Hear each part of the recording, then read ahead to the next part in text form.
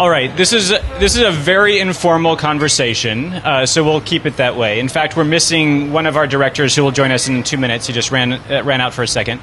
But as you know, Carlo Vivari has hosted we've been partnered with European Film Promotion for 15 years doing Variety Now Variety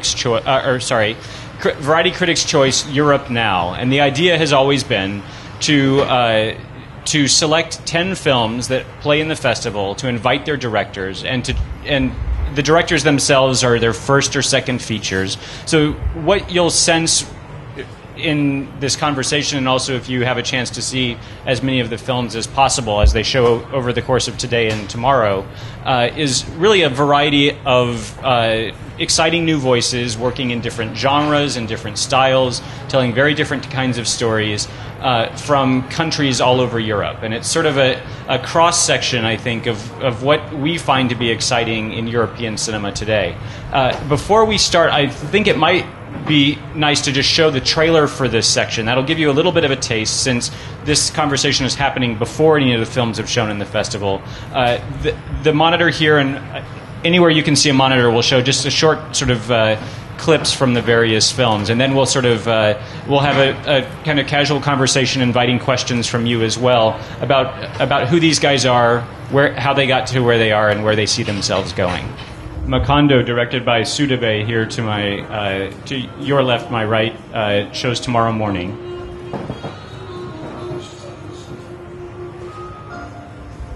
Catch Me Daddy is the last movie tomorrow.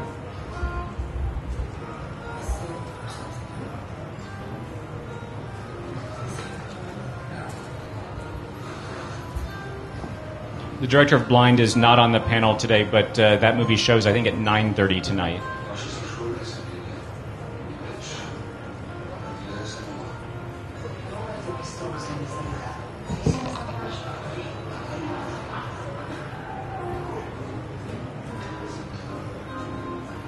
Roke Bicek, here in the middle in the blue shirt.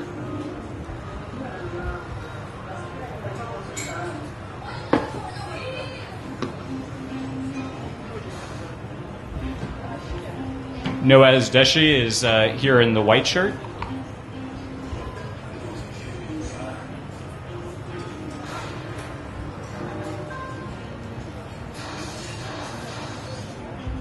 Calvary is at 6:30 this evening.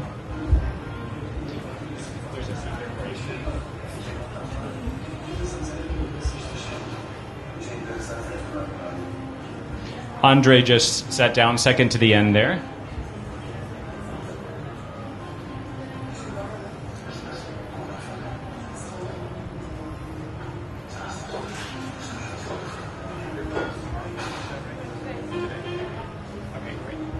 And then Marianne, here in the yellow, is her film is showing Insecure 3:30 today.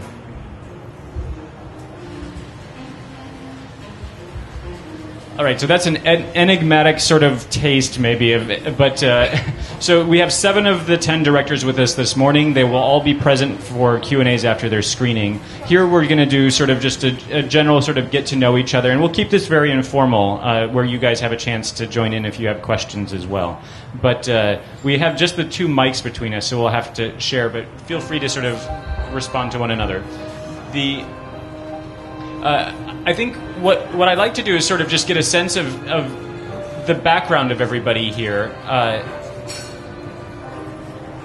I'll let the music play out. Okay. Just to get a sense of everybody's background. These are... can we stop it from repeating? Thank you.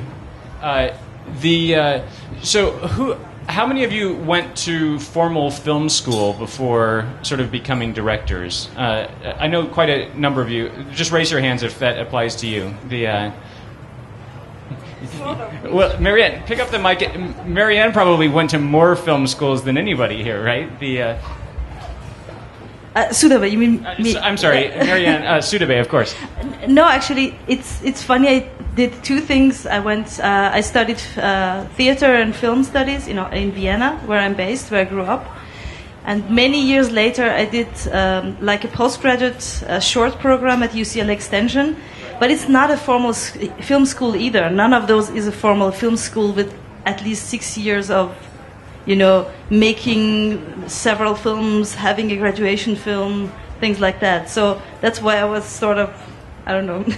Right. So you've been training or schooling, but in sort of in different ways. Noaz, you too, if you could pass the mic to Noaz, you, like, for instance, participated in the talent campus at Berlinale at one point, right? What is your sort of training? Well, no, this was more of a showcase for people to meet each other. The Berlinale does a program, but it's not it's professionals coming and sharing experience. It's more of a thing like that, and goes on for 10 days Well, tell us sort of what your training was, because it wasn't such a formal schooling, right? No, I never went to school because I felt uncomfortable, I guess, in the environment. But all my friends did, and I used to go and visit them. And I thought about it in the beginning, but it just never seemed like I could thrive in a constructed environment. I always felt like I need to be outside of any sort of system. I don't know. So what for you was the way that you sort of practiced or picked it up? It starts from music and painting and experimental documentaries. I did a science fiction documentary, and where I was supposed to make a movie about the internet, but instead made a movie where people were trying to download themselves into the internet, and then it was for a science channel, and then convinced everybody to act. So it started as a documentary, and then it wound up being a science fiction film. And the science channel was very angry at me, and that it turned into a personal film, because I was supposed to make something with their money that was about the internet. But it was good practice this way, I guess. I guess that's my practice. By sort of hands-on in doing it. The Rock, you sort of collaborated on your first feature with someone you'd sort of trained with, right? What was your sort of schooling in Slovenia? What was the background? I'm from a small country. That's why we have also a small film school. I have one classmate, and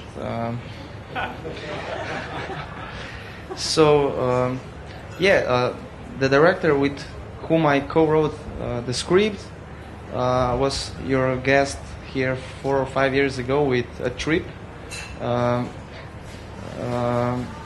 and we were together in a high school where this story actually happened. Our story is based on true events, so we were both somehow involved in this situation, and then after 13 years we wrote this story in a script. So it was important for us to have a personal experience of. And it sounds like you guys knew each other before school, so it's not that you met there and became collaborators, but you had been friends years before, or? We were schoolmates in high school and then in film school, so our filmmaking process is somehow we're going in the same direction together. Right. So he was here 4 years ago, now I'm here, so. Let's hear from you guys on the end. If you could tell us sort of what your training was. Hello, everybody. So I went to a couple of film schools. So I started in Georgia. At some point, I realized I wanted to be close to films, but I didn't know in which form. So I just then went to this School of Film and Theater in the film producing department, which just opened in Georgia. But year after the Civil War started, so in front of school there were tanks. So no education. So I went into TV. I became TV reporter for 2 years. I was doing, and it was a very interesting time. I think it gave me a lot. Then I went to Moscow, National Russian Film School, GIG, which used to be very good school, but in 90s not so good because it was transition period. So there was still some very good professors from which used to teach Tarkovsky and all these guys still working there, and it was great. And it was some very nice atmosphere of film addiction, which was great to be there for a couple of years.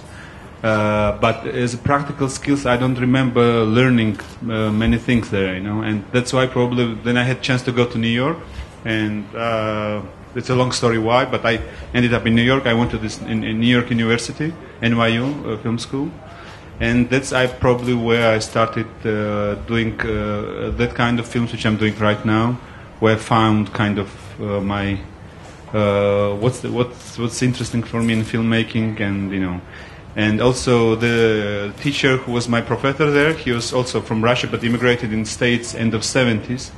Boris Rumin, he was my directing teacher. We became friends and eventually started working together. So I have two features and both of them I wrote with Boris. So my professor ended up being my co-writer. So this is the story. Yeah. Andre, do you want to tell us? Yeah, hi everybody. So actually at the beginning I attended Polytechnical School in Bucharest. So actually I am an electronical engineer. I even worked for 3 years in a factory, which it's important because this film of mine, it relied on memories I had at the time about being in the school and in the factory. But in the meantime, in this period, I was starting to write and to play for a non-professional theater, small student theater. And then I attended in Bucharest the film school. And after that, for 4 years, and after that I worked for a couple of films as a first assistant director for one of the major Romanian film director, Lucian Pintilie. And then I started to make my own films, short, documentaries, and then feature films. That's all. Very good. Eugenio? Well, I started very, very soon, like self-taught when I was a kid. And my parents are ceramic artists, and they studied arts. And since my sister and me were kids, I don't know, we're an average middle-class family from Spain, but they always, I don't know, share with us movies and music. And so we started with very soon to play piano. My sister played violin, and I think that everything was. The other day I found out that the meaning of the word opera is the plural of opus. Opus is like a piece, or and opera is like several pieces, like several disciplines. And I think that I started in a very natural environment of a deconstructed or reverse engineered cinema, by different aspects like aesthetics, the painting, but in a very natural way. My parents are not intellectual at all. They're just people that met each other in the arts, they fell in love, and they decided to have kids. So in a very natural way, thanks to the 80s and the incredibly cinematically rich cinema of Spielberg and Lucas, and their interest in making know the people that love their movies that those movies were based on other movies and how they were made.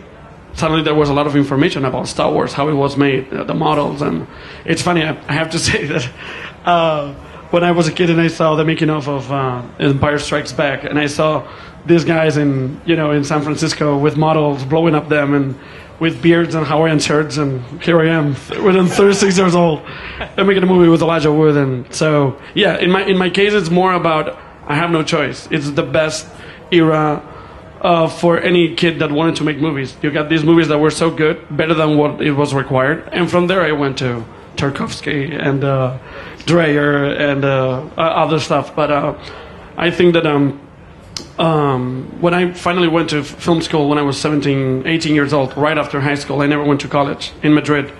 It was 1 year, and honestly, when I got there, it was more about meeting people that were excited as me with any aspect of filmmaking. For me, it was always directing, like a very specific thing and a vehicle of expression. And of course, from there, it was writing and acting and sound design. I love everything that has to do with the crafting of movies. So that's it. So, Marianne, last but hardly least, here you can use this mic. We'll keep one down there so that you guys can jump in if you want. But tell us about your background. I know that you've sort of gone through a kind of traditional path in French filmmaking of sort of working your way up the chain. But I don't know sort of if you trained before that. If you can catch us up. So I made some philosophy studies before at the beginning. And I wanted to make movies since my teenagehood. So it's a very long story. And then I studied cinematography in a very technical school. And I worked as a camera assistant for 5 or 6 years, and then a camera operator, and then a little bit DOP. And during working as camera assistant, I wrote my movie for 5 years, and then but I only did one short movie. This is really my first feature film. So. All right. So, generally speaking, now let's sort of talk about. Anyone can sort of respond to this idea. I mean, do you think the path you took is the right one? Do you think that sort of formal training, or do you think? I mean, there are other people who know as you sort of avoided it. So in a way, like I don't know if you regret not having had that, that sort of background, or if you.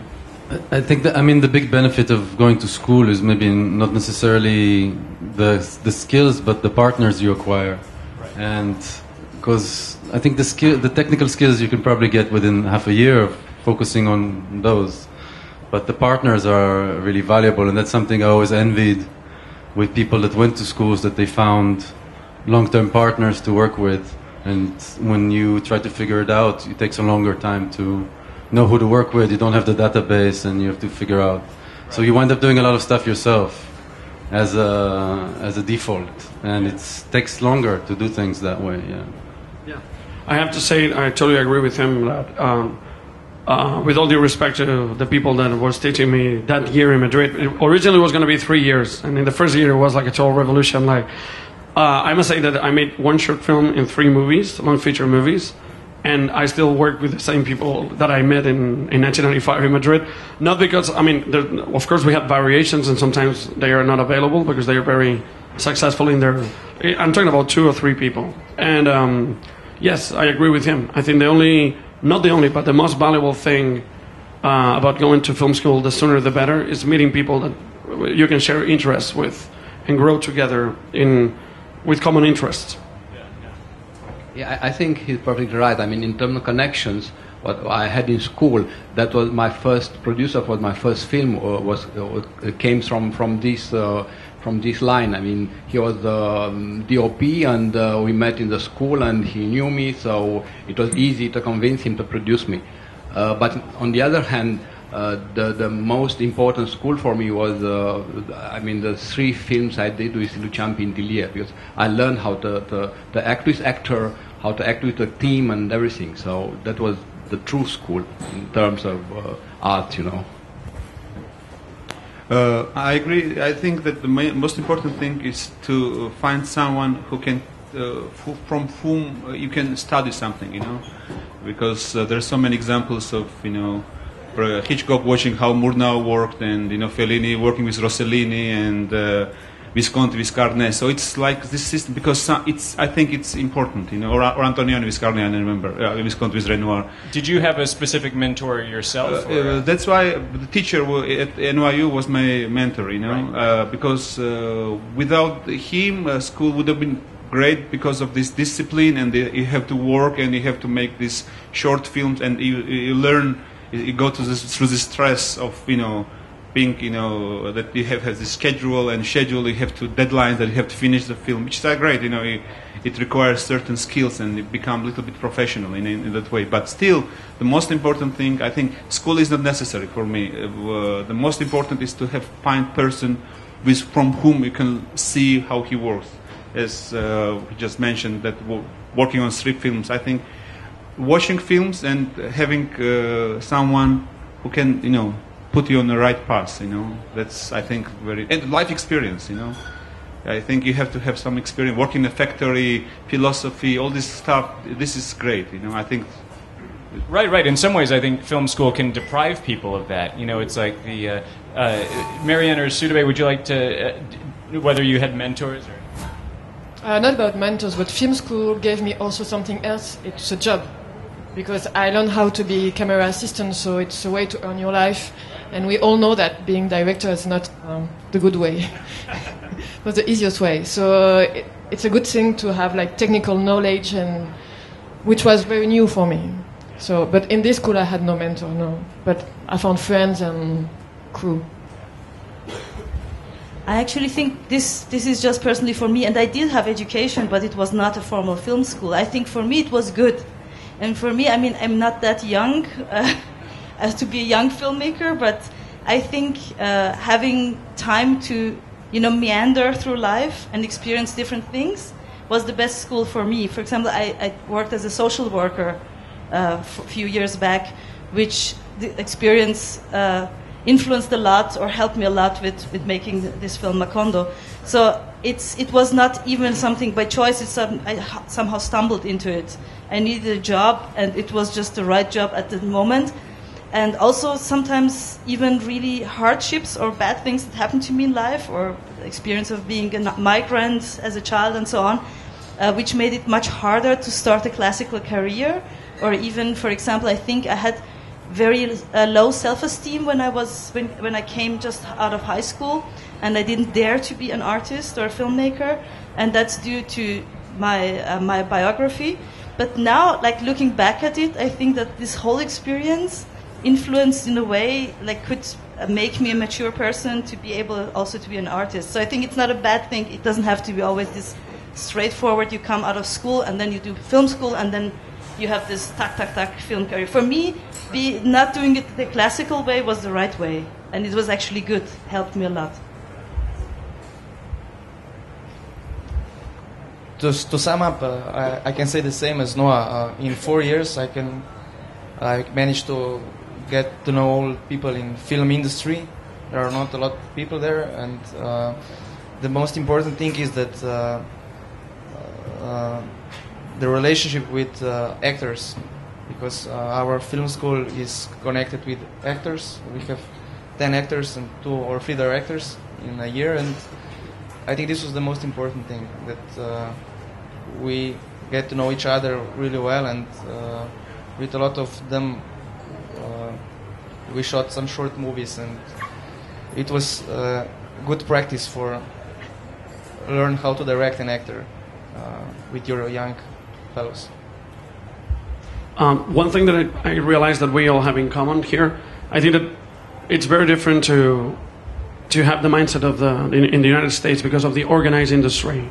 And even if you are an independent filmmaker or you're trying to get in a studio or something, we all here, I think, we're vocational filmmakers, and we learned with what we had. We had a need to express something, and we find our way. And in Europe, for example, there's nothing to do. Spain, France, Italy. I mean, it's completely different. The ways to get through to sneak into what you think that is what you deserve to do, that is expressing yourself. That sort of perfectly anticipates, I think, the next question, which is sort of, I mean, because each of you are here sort of almost as an ambassador of a different country. It's like, what was your way of navigating from that background, from shorts, into being able to make, your first feature?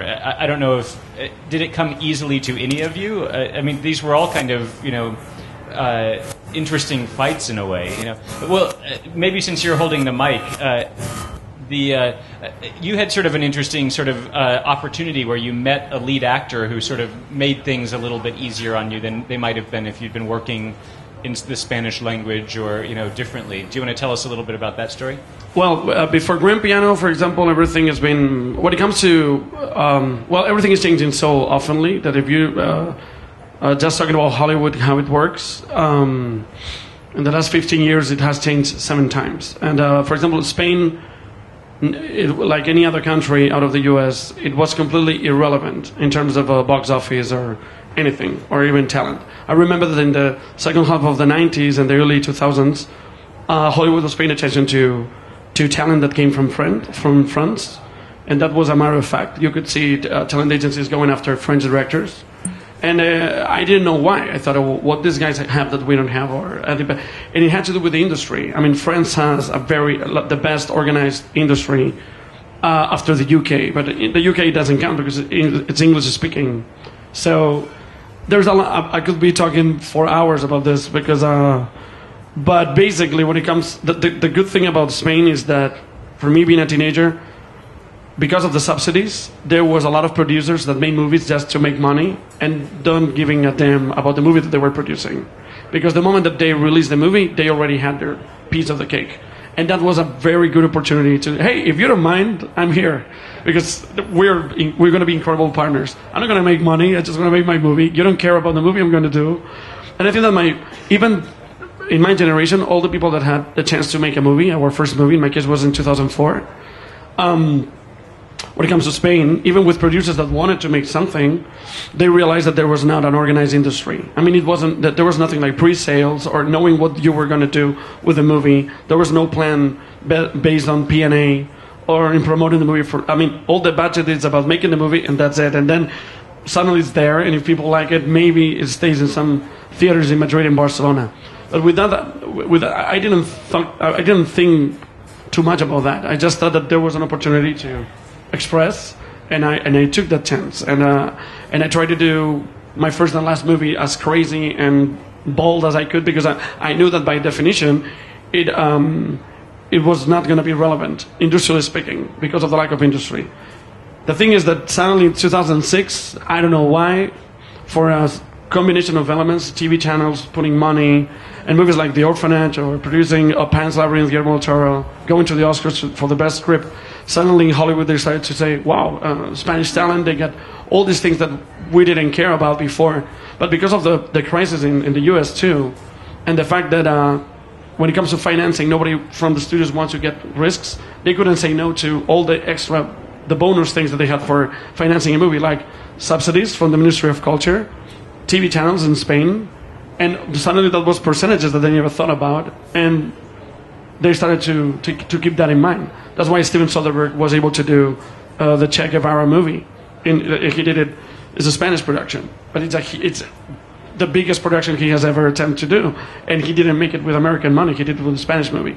Okay, this thing that sounds like, oh my God, suddenly we can do all these things. It lasted 3 years, and it's changing every single 3 years. There's a new paradigm, and it's like now in the U.S. they talk about tax incentives. Oh, you got to go to Nashville. In Nashville, now you got to shoot in Nashville. And 3 years before it was New Orleans. And, everybody's looking for the hand of the safe. So it's very depressing for us. Right. In my case, it was just analyzing the map, not thinking too much, and saying, okay, whatever, but I'm going to do my thing. And now it's different. Now I think it's going to be very tough in Spain.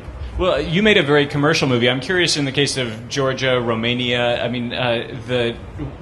were you following a path that others had taken, or did you have to sort of invent your own way? Yeah, I think it's Georgian path is very similar probably to most of Eastern European, because there is a Georgian Film Fund, the Film Center, which started working in 2002 or 2003. This is a time when new Georgian cinema kind of started to come on the stage, because Georgia has a very long tradition of filmmaking during the Soviet time.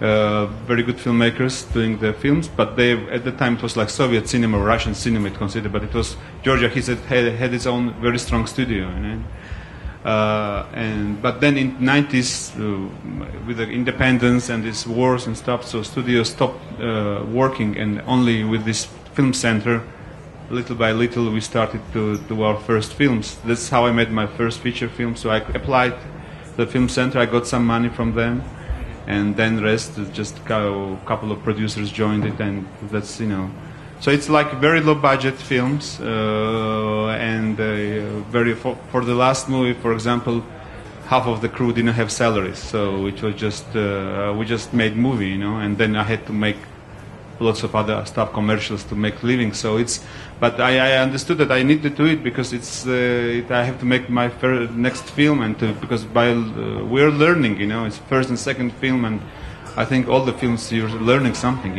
If you don't do movies, we will never learn how to do them, So it's one of the things that's really unique, I think, about cinema. It's one of the hardest art forms to practice. If you're a painter, you can, without spending a lot of money, you can paint and not have to show all your crappy, kind of rough drafts to the world. But in cinema, it's like these are very expensive ways that you're training yourself. Film school's the foundation, maybe. But Marianne, you said that you worked for 5 years writing this screenplay, and I know that it was funded partly, sort of with this unique. I don't know if it's a grant or that supports sort of minority work in cinema. Can you talk a little bit about how you got your project together then? At the beginning, I work alone. Then I had a grant for writing. So that was very cool. So it helps me to live and to write for 1 year. And after, yeah, I think it was 2 years for finding money. 2 years for finding money and write and rewrite and rewrite and rewrite. So, and after we asked for the National Cinema Center for money, and in France you can have money from the like Brittany or some part of the France who can give you some money. But we did the money with not much money. We did the movie with not much money in very quick time. So there's a lot of movie in France, a lot of first movie, a lot of second movie. So you have to struggle to find your way, and it's not finished now because I have to. When the movie is going to be released, I think there's like 5 or 10 first films which are going to be released in this autumn. So I'm not the only one. So. Go ahead, please. Yeah, I think maybe it's important to note that we live in an era where you don't really need anymore that much money also to make film on a technical level. And it was what was made possible for us to make our film, because we shot almost without any. But also, generally, if you can obtain the minimum amount of equipment that's today extremely affordable, then you need very little. And unless you, of course, you have actors that you have to pay and all that stuff. But if you're working with non-actors and with people that all of them want to make the film together, we live in quite a good time these days to override all the things that you think you needed, all the programming that told you you need this to make a movie, all the proper way. It doesn't exist anymore. Yeah. Well, explain specifically in the case of your film, if you will, just to make it a little bit more specific then, how that scenario led to, because it's still a very unique, I mean, you're going to Africa to make your film, you're still going to need some, amount of support. We started without. I borrowed almost very little money from some friends and told them, I think it's a strong subject, I'll pay you back in 2 months if I'll get the finance somehow. And but also the finance that we got was basically to buy equipment and to pay the local actors. And it felt like if we we were invited to teach in the Goethe Institute and Alliance Française, and we knew that if we teach and we do our job good as teachers, because it was a practical workshop where we were showing how to make a movie without money to local talents. So if we do a good enough job and do a nice movie with them, a short film, then we will identify the passionate people among those, and then they would join us, and we will do it as a collaboration, because it will be an experience we all do want to make a feature film together.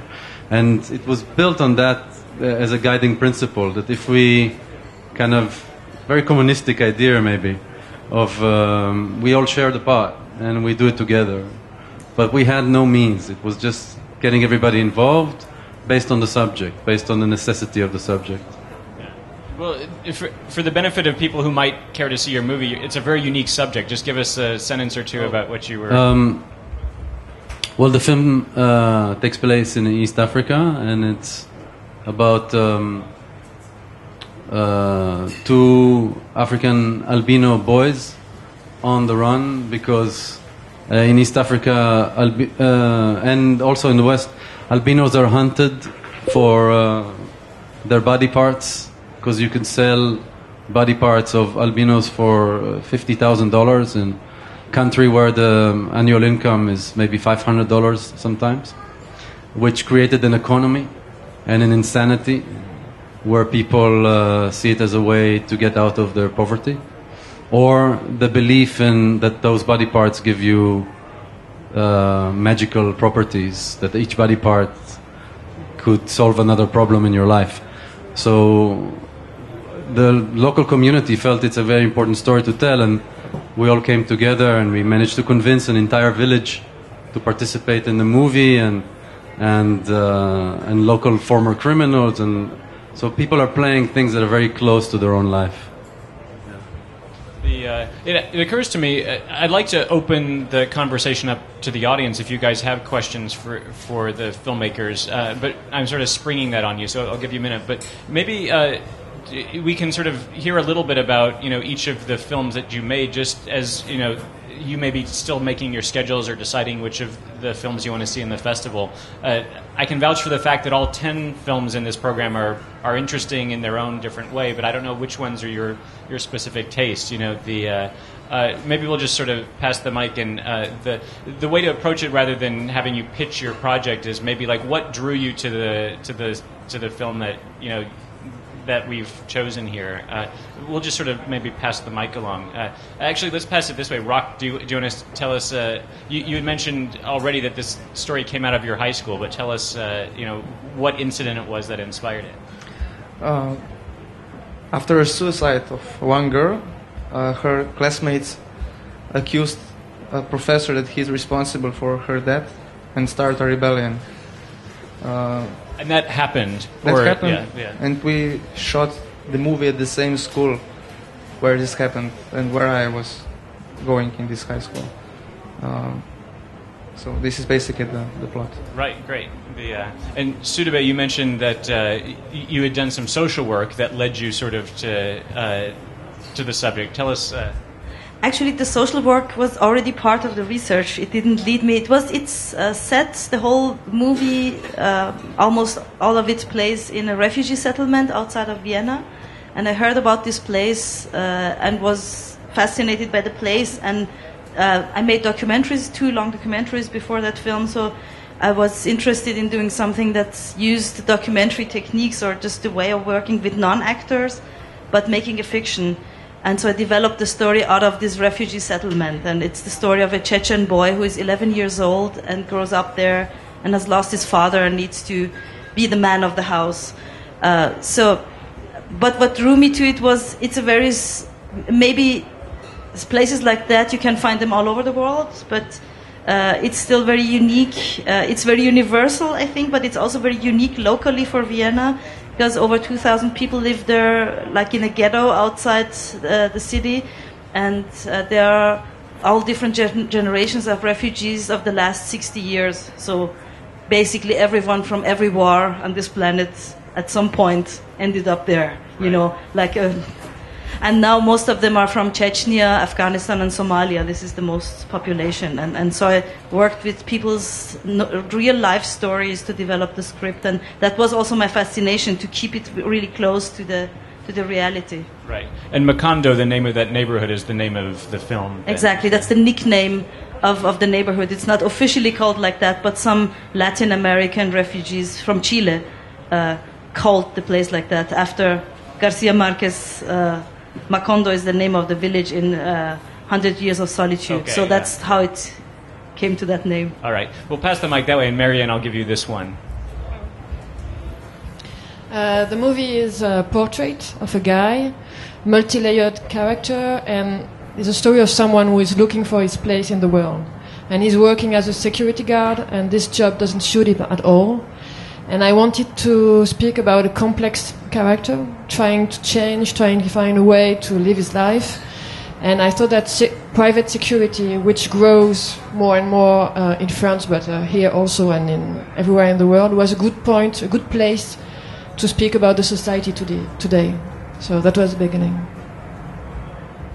I'm overwhelmed here because all these projects have a very strong meaning for the individuals that express themselves. And as total filmmakers, you've been moved by an event or something that has that can be approached from a journalistic point of view when you decide to make a movie. To get into that subject through cinema. And I have to say that Grand Piano is my third movie, but my first short film and the 2 first movies that I made, it was more related to myself in terms of I generated that material. But Grand Piano is a script that came to me. I'm a piano player, so that was one thing that really touched me. And the other thing that I like about the story was it was a psychological study of self-importance and success and the effect that the image of what we do in people can affect us in a good and a bad way. And I thought that was the thesis that I embraced. And from there, I just made a movie that hopefully is entertaining, but it's what it is. It's a Hitchcockian thriller, and you can talk endlessly about Hitchcock, but we all agree that the value in Hitchcock is more about the way you represent the story than the story itself. And with Grand Piano, it's no different. It's more an opportunity for a director that loves cinema to go into that particular realm that has been explored by Polanski, De Palma, Hitchcock, of course, and before Hitchcock in silent movies. And that's it. I'm afraid that I cannot talk any deeper into that because I have to say that Grand Piano is not based on true events. Well, I'm not going to pitch my film. I'm not going to tell you to go to see my film. Besides, I'm not sure black and white film Monday morning it's a good idea. But so I can tell you what it's not. It's not a. But by the way, I will stand up and say that you should see his movie, and you're here. All 10 of you are here because the films are strong. But no, tell us why you were drawn to the story, though. Yeah, but I can tell you what it's not. It's not a film about communism. It's not a film about Romania at that time. Okay, it happened in that time, but for me, it's mostly a film about borders. Actually, I started this. Small synopsis treatment. We got some fundings for developing it, and it was a story about people who left Romania at that time. He went to Sweden, I think, and it was focused on him, on what's happening with him in a kind of lager, I don't know how to say it, campus. You have it in Austria, I think, for foreigners who are coming there. I saw in Wien at that point. Okay, so and he was trying to get his family with him. That was the main issue in communism. Maybe you can remember or not. It was very difficult to get your family once you quitted the country. So actually, why I'm saying it's about borders, because it's a quite a common problem nowadays. When Romania is in the Union, we can travel with our IDs, but there are a lot of people coming from outside, from Asia or I don't know from where, and then they are coming here in our country and trying to get their families there with them. So their struggle is the same. The border just moved. It's but it's the same problem, borders. So and then after developing the story about this person trying to get his family with him, and that it's a true story. It took him from 2 years, and he was almost crazy at the point. With the production company, we realized we cannot afford to shoot outside, actually. So we had to rethink everything and to put all the story in Romania with what happened with the family, which stayed in Romania. In the meantime, he was there. So that the story, what happened to the family. The end. Koniec filmu. So I made my first film about my generation in Georgia. It's a post-Soviet generation, and I saw that I have to make stories about them because it's a generation which went through very tough changes, and many of them could not find their place in a new reality. So this was a thing was interesting for me because it was my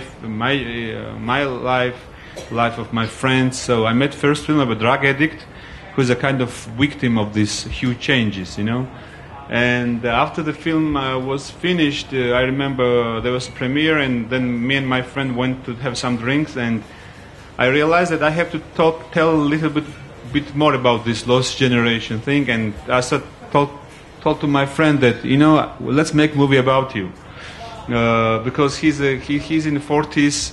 He's a nice guy, but something is missing, and he's a little bit lost, and he still lives with his parents.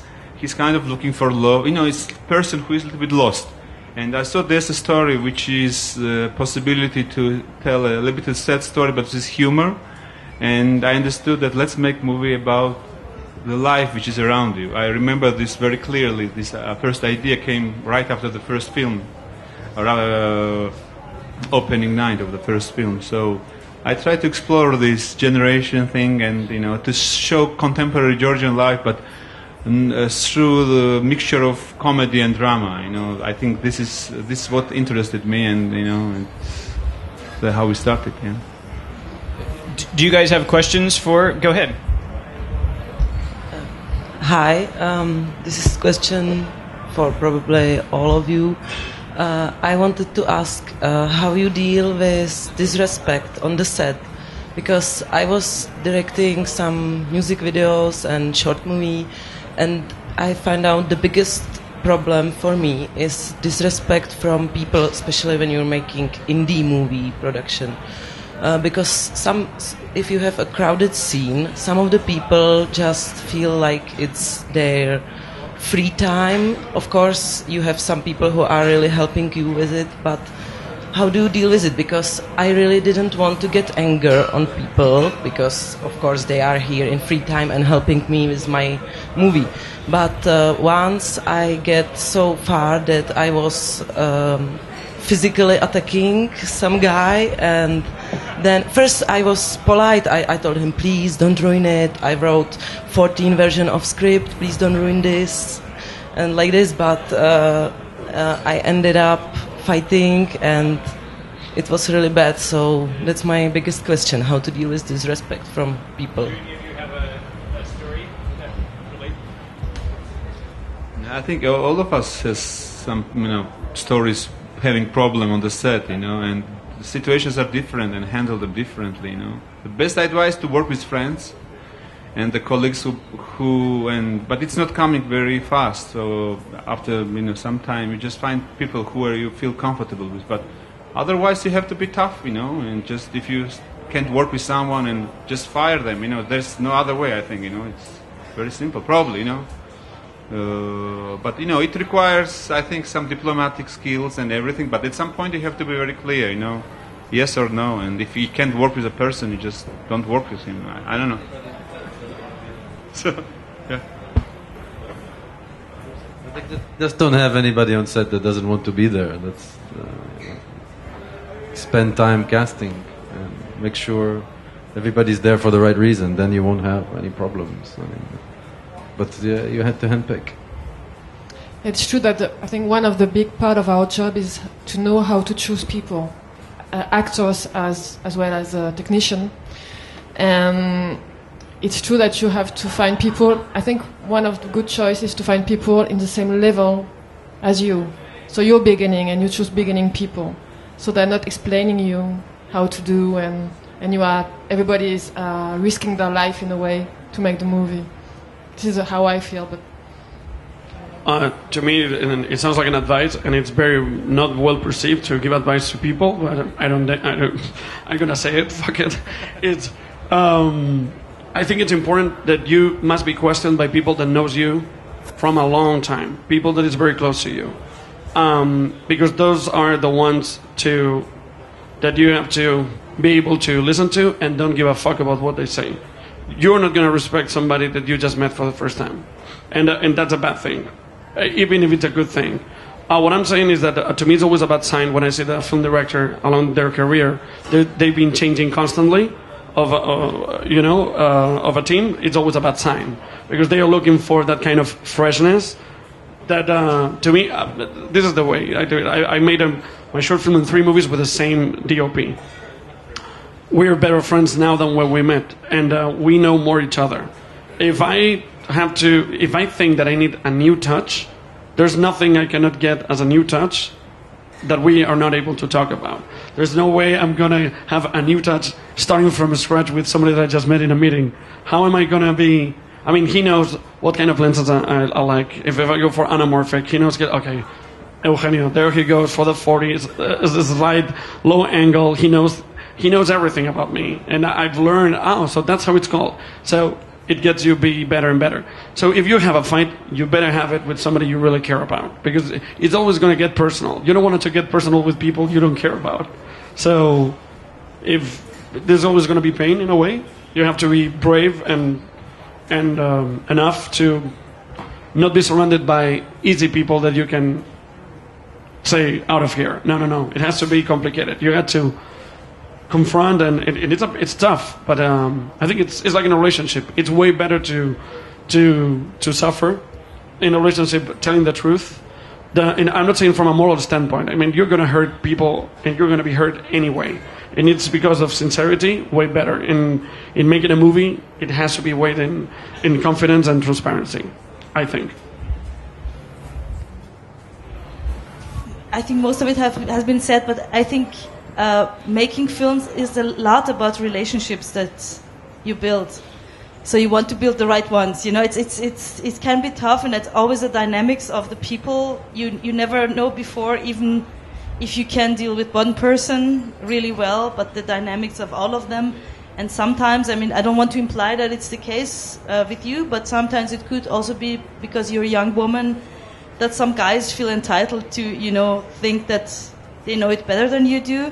My advice is that, you know, as long as you trust, you know what you want, and, you know, fight for it and do it, and just don't, you know, be friendly and build the right relationships, people you want to keep working with, but trust your own instincts and know what you want, and then you will get the respect, because you are, you know, you have the kind of aura or charisma that people can feel that you know what you want, and they won't dare to, you know, question it, I think. Are there other questions? Any other questions from the audience? Then I think what we'll do to wrap it up is give everyone a chance to sort of tell us, some of these films have been around for a number of months or some time, just to tell us sort of what you're up to lately, if you have another project you're working on, or how you spent the time since. Go ahead, Livan.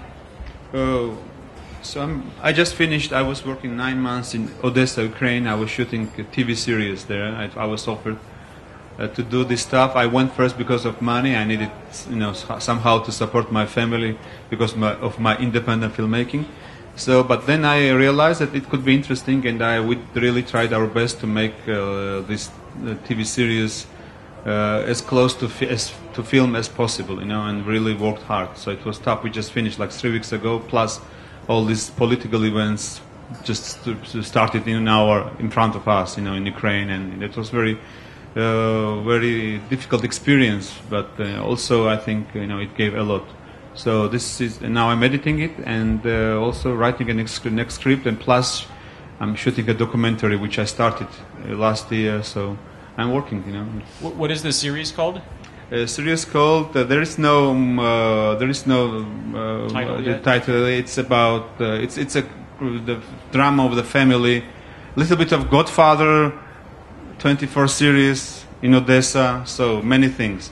The first time I worked with a script which I never wrote, but I rewrote a lot on the set, but they gave me a script, and it was also a kind of experience to deal with a script which you aren't very comfortable with, you know. It's, right.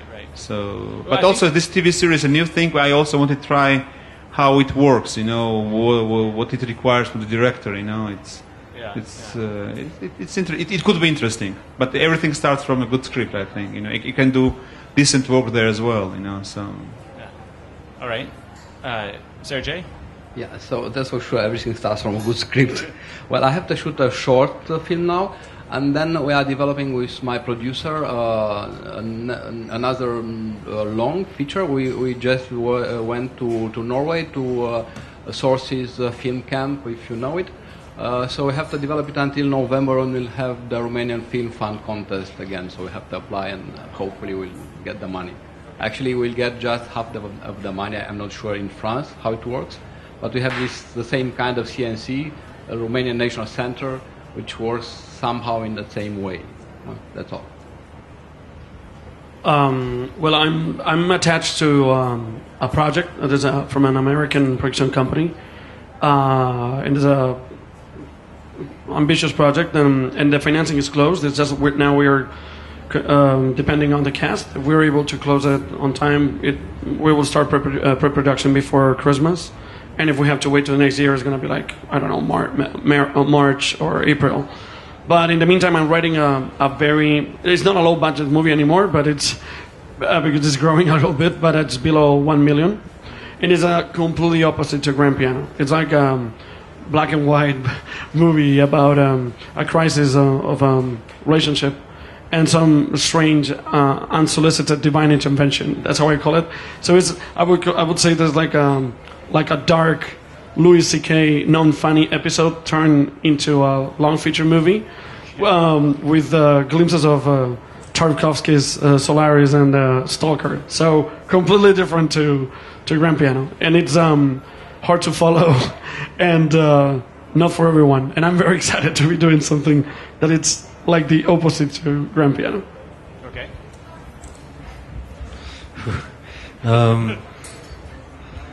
I've been working, making music for a documentary in Romania that a friend of mine directed, and really, really beautiful documentary he made. So I hope it comes out soon. And working on a book of drawings, paintings. I don't know how to call it, what format to give it, but I hope it will be out soon. In the research phases of a movie in the Caucasus region. Yeah, all kind of reaction to the things that are happening there in our time, but also maybe a dream made out of it, or a reaction to that. Don't know how to formalize it. Well, and you work doing things just beyond just filmmaking too. You have a gallery show coming up. You work in music, obviously.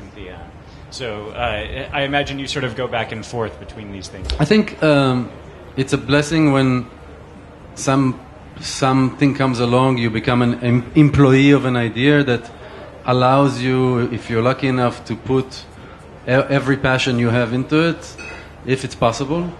But it's also a benefit to go and work on your friends' movies.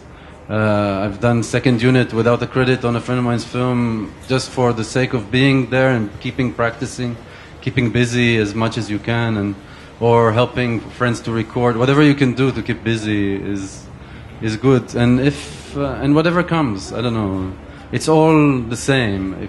For me, a movie would be very similar to making drawings in a notebook. It comes from some ideas require more and some require less, and it's what the idea needs, and you are employed by it. I'm shooting an observational documentary for the 7th year now. It's about a boy who became a man in this time, and he lives with mentally challenged parents and older brother who has a Down syndrome. So since he was 14 till now, he's the only normal person in the family, and he tries to establish a new family with a girl, but he's constantly failing because this personal baggage that he's carrying through his life, he cannot rid of it. And yeah, it's about a struggle for a family. I'm really actually trying to get my head around to start on the next thing. It has been going so quickly with Macondo. Actually, last year, this time, we were, I think, in the first week of shooting, and we had a very long shoot until the end of the summer. We did the editing in fall, then the film was selected for the Berlinale competition, and we had to work so fast and so hard and do so much post-production. I was really exhausted afterwards. And there are a lot of festivals coming up, but I'm just really starting out to get my head around working on the next film. I can't say anything concrete, just that from the style or the style of working, it's going to be something similar in ways of fiction, but with documentary elements in it, or based in very strong documentary research. Well, I guess I am in the same situation. But so when I come back from here, I begin to write again and to find a new project. The only thing I know is that I would like the movie to be more about women, because you will see in Insecure, it's like mostly men in front of the camera. So this is the point, but this is the only thing. I'm beginning again.